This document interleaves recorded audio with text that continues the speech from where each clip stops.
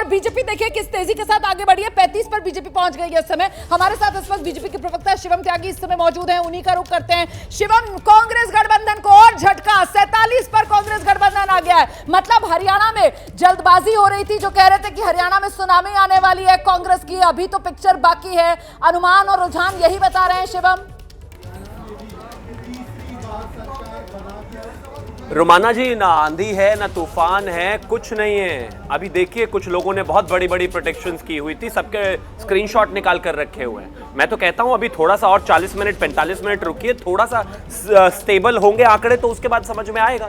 कोई ऐसी स्थिति नहीं है। अभी कांग्रेस प्लस आप 47 दिखा रहे हैं, भारतीय जनता पार्टी को 35 दिखा रहे हैं। आने वाले समय में ग्राउंड पर जो चल रहा था वो बिल्कुल अलग था, लेकिन मैं फिर भी यही कहूंगा कि उतनी कोताही ना बरतते हुए, उतनी जल्दबाजी ना दिखाते हुए और 40 मिनट इंतजार कीजिए। कांग्रेस प्लस कहां है और भारतीय जनता पार्टी कहां है, हरियाणा में अपने आप ही स्थिति साफ दिख जाएगी।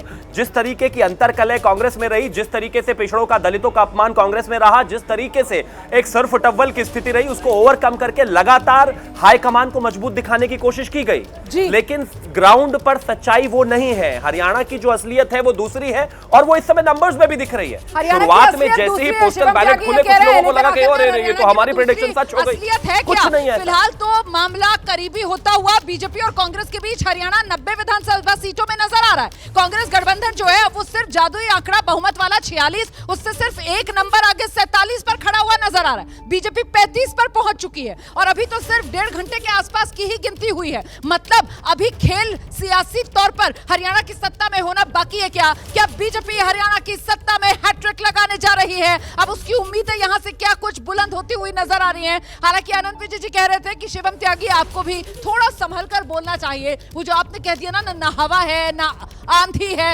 ना सुनामी है। और लीजिए, बहुमत के आंकड़े से कांग्रेस पिछड़ गई। कांग्रेस 44 पर 46 बहुमत का आंकड़ा। रुझानों में कांग्रेस पार्टी 46 से घटकर 44 पर पहुंच गई है। बीजेपी अपने दम पर 36 सीटों पर पहुंच गई है। मामला तेजी से बदलता हुआ हरियाणा की पॉलिटिकल पिक्चर दिलचस्प होती हुई, मामला बेहद करीबी बीजेपी और कांग्रेस के बीच होता हुआ हरियाणा में। आकाशवाणी हरियाणा के रुझानों में कांग्रेस बहुमत से फिसली।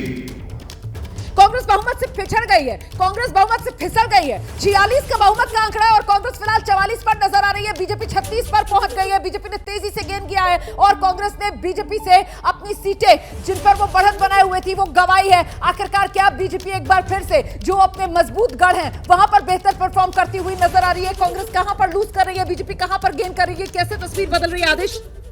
मुझे लगता है कि फरीदाबाद बेल्ट और गुड़गांव जो अहिरवाल बेल्ट है, इसमें बीजेपी का अच्छा परफॉर्मेंस रहेगा। लेकिन मैं फिर से वो बात दोहरा रहा हूँ कि जीटी रोड बेल्ट में भी बीजेपी उम्मीद से ज़्यादा अच्छा कर रही है अभी तक जो रुझान आ रहे हैं उसके मुताबिक।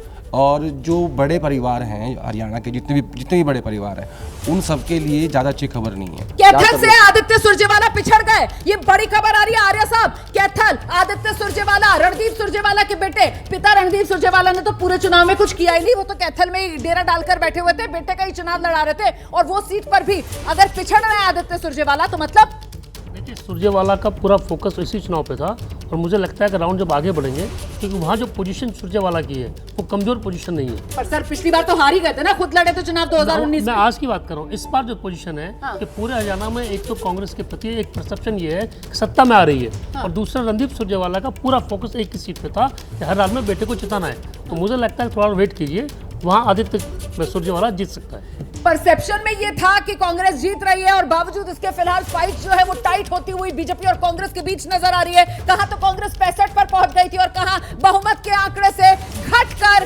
कांग्रेस 44 पर। और देखिए किस तरीके से अब नंबर बदल रहा है, अन्य और घटे हरियाणा में बीजेपी और बढ़ी है। बीजेपी और कांग्रेस के बीच इस वक्त सिर्फ 6 सीटों का फासला। शुरुआती रुझान है ये और बीजेपी देखिए कितनी तेजी से गेन करती हुई नजर आ रही है। बीजेपी 38 पर पहुंच गई है, कांग्रेस 44 पर। ये तो ज्यादा फासला नजर नहीं आ रहा है।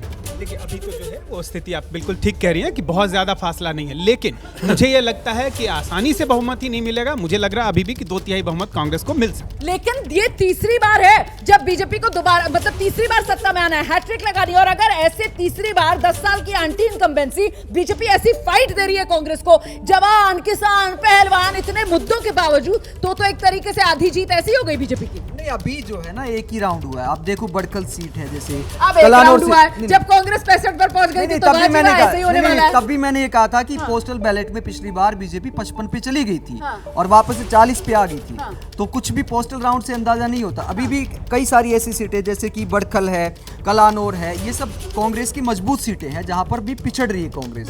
तो जो आगे के राउंड आएंगे मुझे लगता है कि कांग्रेस ऊपर जाएगी।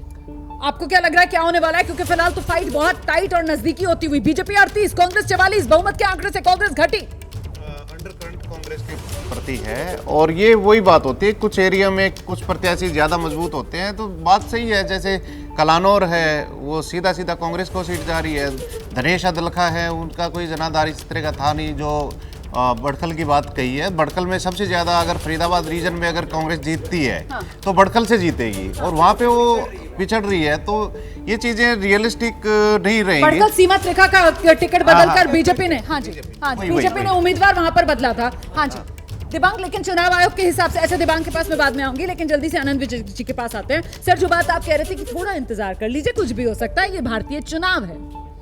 हाँ, जनता अभी जैसे सुरेंद्र राजपूत जी ने देखिए कैसे आपने पूछा तो उन्होंने जनता को कितना साष्टांग दंडवत किया और कश्मीर में कहाँ इंतजार कीजिए। हमें जलेबी भी तो भिजवा रहे थे, हम सबके लिए जलेबी भी आ रही थी, सबके लिए आ रही थी सर। नहीं, जलेबी आ जाए, जलेबी भिजवा दें, फैक्ट्री वाली भिजवा दें, वो बड़ी अच्छी बात है। आजकल तो फैक्ट्री से जलेबी और गरम गरम भी मिल रही है, तो जल्दी पता नहीं, मुझे ये लगता है कि हरियाणा में जिस प्रकार से अभी नतीजे आ रहे हैं। एक सेकंड आपको रोक रही हूं मैं। देखिए भूपेंद्र सिंह हुड्डा को लेकर बड़ी जानकारी मिल रही है। भूपेंद्र सिंह हुड्डा अपनी गढ़ी सांपला किलोई सीट से 12,000 वोटों से आगे।